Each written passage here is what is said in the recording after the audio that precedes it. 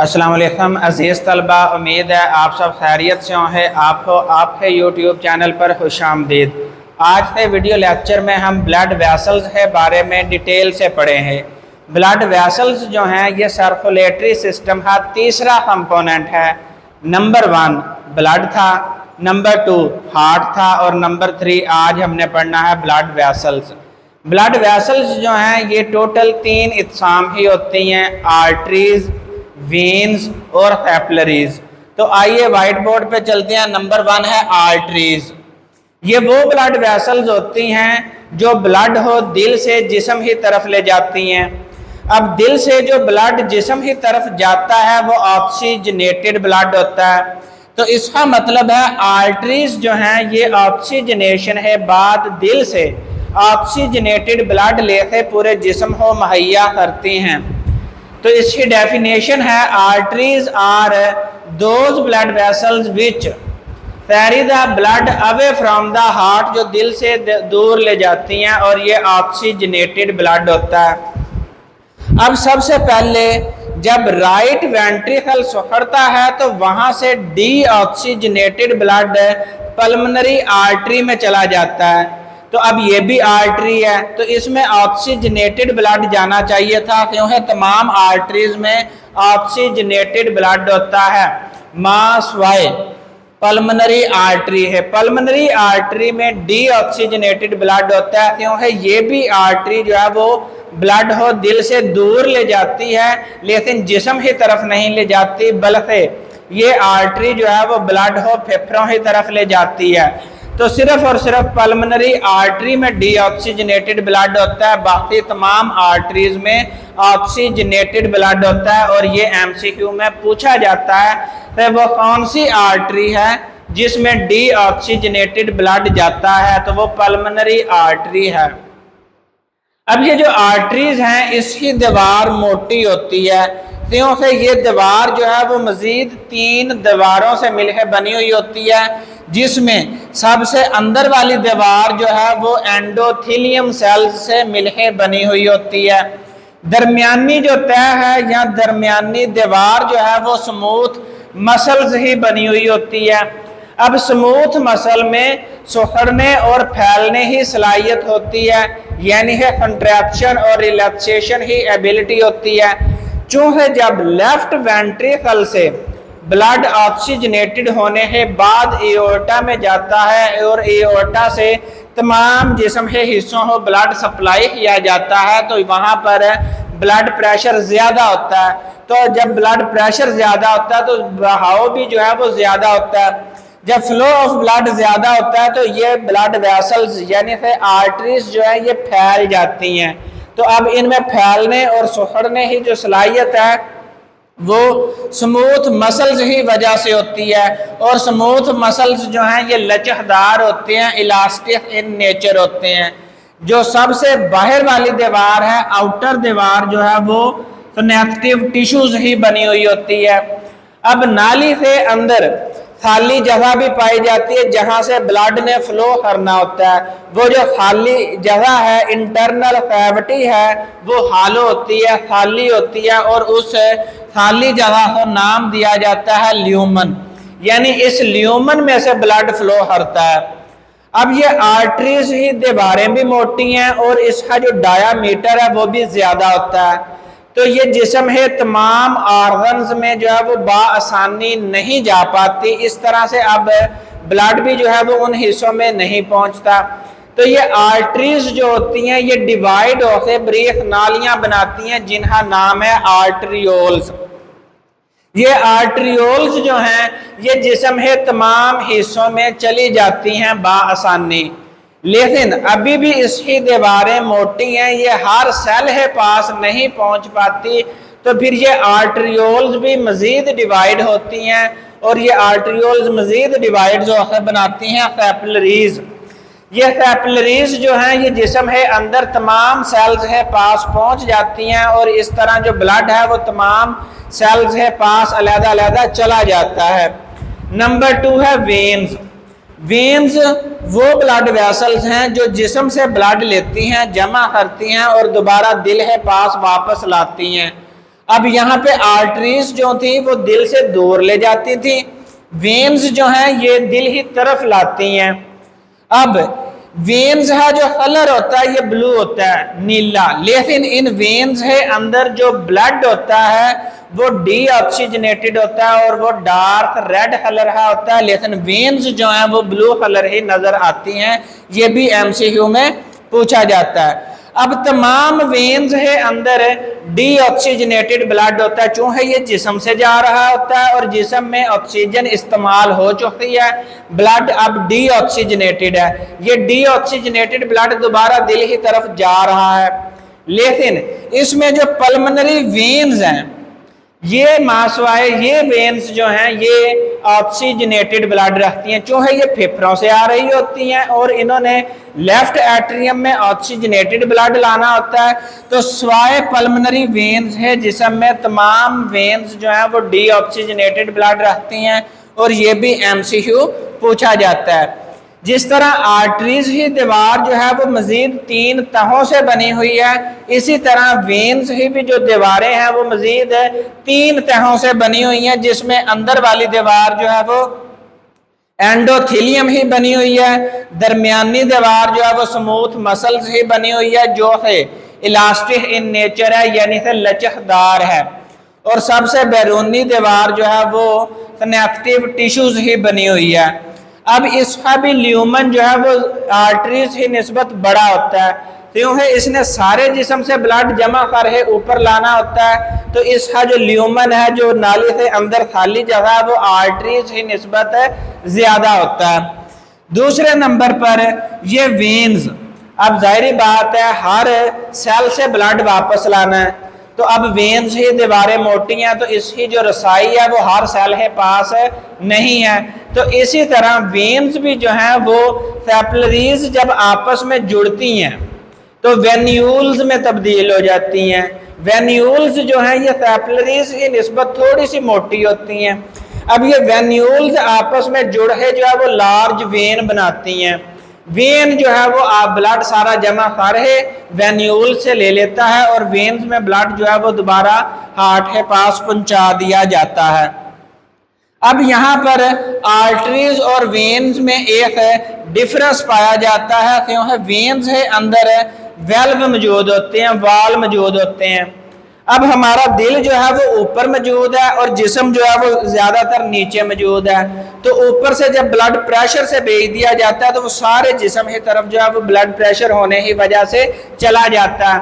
लेकिन जब ब्लड नीचे से जिस्म के मुख्तलिफ हिस्सों से ऊपर लाया जा रहा होता है तो नीचे ग्रेविटी का भी असर होता है। ग्रेविटी इस ब्लड को नीचे की तरफ खींच रही होती है, लेकिन वेन्स ने ब्लड ऊपर लाना है, तो फिर वेन्स के अंदर मुख्तलिफ फासलों पर जो है वो वाल मौजूद होते हैं, वेल्व मौजूद होते हैं। जब नीचे से ब्लड ऊपर आता है तो पीछे से जो वेल्व होते हैं वो बंद हो जाते हैं। इस तरह जो ब्लड है वो दोबारा वापस नीचे नहीं जा पाता। तो इस तरह ये वेल्व जो है वो वेन्स में मौजूद होते हैं, आर्टरीज में एब्सेंट होते हैं। आर्टरीज में इसलिए एब्सेंट होते हैं क्योंकि ब्लड प्रेशर ज्यादा होता है, तो दरमियान में रफावट नहीं होनी चाहिए, तो रफावट से बचने के लिए यहाँ पर जो है वो वेल्व मौजूद नहीं होते। Number 3 capillaries. कैपिलरीज जो हैं ये सबसे छोटी ट्यूब्यूल्स हैं, सबसे छोटी ब्लड वेसल्स हैं। इनके अंदर जो ब्लड सेल्स हैं वो 1 बाय 1 चलते हैं, यानी लाइन में चलते हैं, क्योंकि यहाँ पर जो है वो गैसियस एक्सचेंज होना होता है, यहाँ पर मटेरियल ने एक्सचेंज होना होता है, ब्लड में न्यूट्रिएंट्स ने जज़ब होना होता है, ब्लड में कार्बन डाइऑक्साइड मौजूद होती है, उसे फेफड़ों में जाना होता है और फेफड़ों से ऑक्सीजन जो है वो ब्लड में शामिल होनी होती है। तो गैसों का तबादला, न्यूट्रिएंट्स का तबादला, हार्मोन्स का तबादला, तो ये यहीं पे इस लेवल पे होता है कैपिलरीज में। तो ये स्मॉलेस्ट ब्लड वेसल्स होती हैं, इनकी जो दीवार है वो एक तह पर मुश्तमिल होती है और वो सिर्फ और सिर्फ एंडोथेलियम सेल से बनी हुई तह है। एक्सचेंज ऑफ मटेरियल भी यहीं पर होना होता है। अब ये जो आर्टरीज होती हैं और वेन्स होती हैं ये आपके जिस्म में 2 सिस्टम बनाती हैं जिन्हें अंदर ब्लड ने फ्लो करना होता है। एक सिस्टम होता है एट्रियल सिस्टम और दूसरा होता है वेनस सिस्टम। जो आर्टरीज है मिलने से बनता है वो आर्टरियल सिस्टम है, जो वेन्स है मिलने से बनता है वो वेनस सिस्टम है। तो अब आर्टरियल सिस्टम जो है उसमें दो तरह ही सर्कुलेशन हमने पढ़ी है, पल्मोनरी सर्कुलेशन और नंबर 2 पे सिस्टेमिक सर्कुलेशन। पल्मोनरी सर्कुलेशन वो होती है जो दिल से फेफड़ों की तरफ जाती है और फेफड़ों से दिल ही तरफ ब्लड आता है। सिस्टेमिक सर्कुलेशन वो है जिसमें ब्लड जो है वो दिल से जिस्म ही तरफ जाता है और जिस्म से दोबारा दिल ही तरफ आता है। तो नंबर 1 जो है आर्टरियल सिस्टम है अंदर है पल्मोनरी सर्कुलेशन में पल्मोनरी ट्रंक या फिर पल्मोनरी आर्टरी। ये वो आर्टरी है जो डीऑक्सीजनेटेड ब्लड हो लेकर फेफड़ों की तरफ जाती है और ये पल्मोनरी ट्रंक जो है ये वो वाहिद आर्टरी है जिसमें डीऑक्सीजनेटेड ब्लड पाया जाता है। नंबर 2 पे आ जाता है एओर्टा। एओर्टा जो है ये सिस्टेमिक सर्कुलेशन का हिस्सा है, यानी इसने दिल से ब्लड लेके जो है वो जिस्म की तरफ पहुंचाना है। अब आपने अगर प्रीवियस लेक्चर है अंदर हार्ट ही डायाफ्राम देखी है तो उसमें एओर्टा जो है वो ऊपर ही जानब 3 नालियों से अंदर डिवाइड हो जाता है। वो तीनों नालियां जो हैं वो मुख्तलिफ हिस्सों की तरफ ब्लड हो लेके जाती हैं। उनमें से एक नाली जो है वो सारी ही तरफ ब्लड हो ले जाती है, दूसरी शोल्डर रीजन ही तरफ और तीसरी जो है वो बाजुओं की तरफ जो है वो ब्लड हो लेके जाती है। अब वही एओर्टा जो है वही नीचे की तरफ बेंड होता है, नीचे की तरफ मुड़ता है और पूरे जिस्म में ब्लड हो ले जाता है, ऑक्सीजनेटेड ब्लड हो। अब चूंकि वो दिल है पीछे से वो है नीचे ही तरफ जा रही है तो उसे हम नाम दे देते हैं ये अब डॉर्सल एओर्टा है। ये थोरेसिक रीजन से होती हुई नीचे पेट वाले रीजन में चली जाती है और वहां पर जाके ये डिवाइड हो जाती है और डिवाइड होकर ये तब्दील हो जाती है हिपैटिक आर्टरी में। अब जहां पर लफ्ज हिपैटिक आ जाए तो ये लीवर से रिलेटेड टर्म है। इसका मतलब है अब ये एओर्टा जो डिवाइड होकर हिपैटिक आर्टरी में तब्दील हुआ है, अब ये ऑक्सीजनेटेड ब्लड जो है वो जिगर की तरफ जाएगा, लीवर की तरफ जाएगा। बाकी जो ब्लड है वो नीचे उसी एओर्टा में उसी आर्टरी में आता हुआ रीनल आर्टरी में डिवाइड होकर यहाँ पे ब्लड जो है वो किडनीज की तरफ चला जाएगा। ये ऑक्सीजनेटेड ब्लड है जो एओर्टा के जरिए से आ रहा है नीचे जिस्म की तरफ। अब फीमोरल आर्टरी, ये जो लेफ्ट रीजन में या पेल्विक रीजन में जो आर्टरी डिवाइड होकर चली जाती है, ये ऑक्सीजनेटेड ब्लड जो है वो टांगों की तरफ चला जाता है। अब यही आर्टरी जो है वो आधे आर्टरियोल्स में तब्दील होती है, यही कैपिलरीज में तब्दील होती है, बाद में कैपिलरीज जो है वो वेन्यूल्स में तब्दील होती है और वेन्यूल्स जो है वो दोबारा वेन्स में तब्दील होते हैं। अब वेन्यूल्स और वेन्स ये आपस में मिलकर बनाती हैं वेनस सिस्टम। जब कैपिलरीज जो है वहां पर एक्सचेंज ऑफ मटेरियल हो जाता है, ऑक्सीजन इस्तेमाल हो जाता है एरोबिक रिस्पायरेशन में, तो वहां पर ब्लड जो है वो दोबारा डीऑक्सीजनेटेड हो जाता है। तो डीऑक्सीजनेटेड ब्लड हो दोबारा दिल ही तरफ वापस लाना होता है। तो यहाँ पर भी 2 सर्कुलेशन हमने पढ़नी है। पल्मोनरी वेन्स, ये पल्मोनरी वेन्स वो वेन्स हैं जो फेफड़ों से ऑक्सीजनेटेड ब्लड लेके वापस दिल में लेफ्ट एट्रियम है अंदर ब्लड लाती हैं, वो ऑक्सीजनेटेड ब्लड होता है और ये जिस्म में पाए जाने वाली वाहिद वेन है जिसमें ऑक्सीजनेटेड ब्लड होता है। अदरवाइज बाकी तमाम वेन्स है अंदर डीऑक्सीजनेटेड ब्लड होता है। नंबर 2 पे हमने पढ़नी है सिस्टेमिक सर्कुलेशन।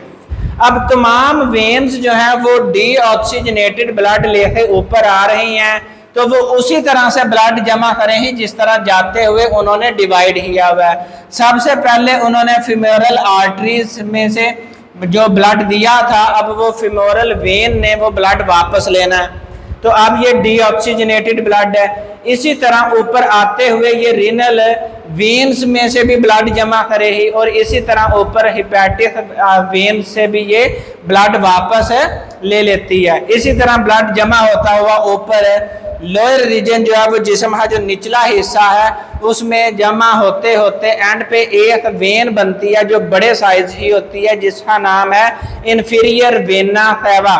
इस इंफीरियर वेना कैवा के अंदर डीऑक्सीजनेटेड ब्लड जमा होना शुरू हो जाता है और ये दिल है पिछले हिस्से से होती हुई, पिछली साइड से होती हुई ऊपर राइट एट्रियम है, अंदर डीऑक्सीजनेटेड ब्लड डाल देती है जो जिस्म है निचले हिस्सों से जमा हुआ है। इसी तरह दिल से जो ऊपर वाले हिस्से पाए जाते हैं वहां से सुपीरियर वेना कावा जो है वो ब्लड जमा करती है, यानी से हेड रीजन से, सर से, शोल्डर से और बाजुओं से ब्लड जमा करके राइट एट्रियम है अंदर डाल देती है। तो इस तरह जो है वो ये दोनों सिस्टम जो है एट्रियल सिस्टम और वेनस सिस्टम मिल है जो है वो ब्लड का बहाव जो है वो जिस्म है अंदर मेंटेन करते हैं। यहाँ से शॉर्ट क्वेश्चन पूछ लिया जाता है, differentiate between arteries and veins. तो आपने इन्हें अंदर 4 डिफरेंस जो है वो लिखने हैं। इसी तरह शॉर्ट क्वेश्चन पूछा जाता है, differentiate between arterial and venous system. इसके अलावा यहाँ पर एमसीक्यू बनते हैं। मिसाल है तौर पर हेपेटिस आर्टरी जो है वो किसे ब्लड देती है, तो वो लीवर हो देती है। रीनल आर्टरी किसे दे ही, किडनीज हो। फीमोरल आर्टरी लेग्स हो। इसी तरह ये कौन सी वेन्स हैं और वो किस हिस्से से ब्लड हो वापस दिल ही तरफ ले जाती हैं, या फिर वेन्स है अंदर ये वेल्व क्यों मौजूद होते हैं। तो ये सारे शॉर्ट क्वेश्चन और एमसीक्यूज बनते हैं। तो मैं साइड पर हो रहा हूँ, इसका स्क्रीनशॉट ले लें। नेक्स्ट वीडियो में हम नेक्स्ट लेक्चर के साथ हाजिर होंगे। उतनी देर दुआओं में याद रखते हैं। फी अमानिल्लाह।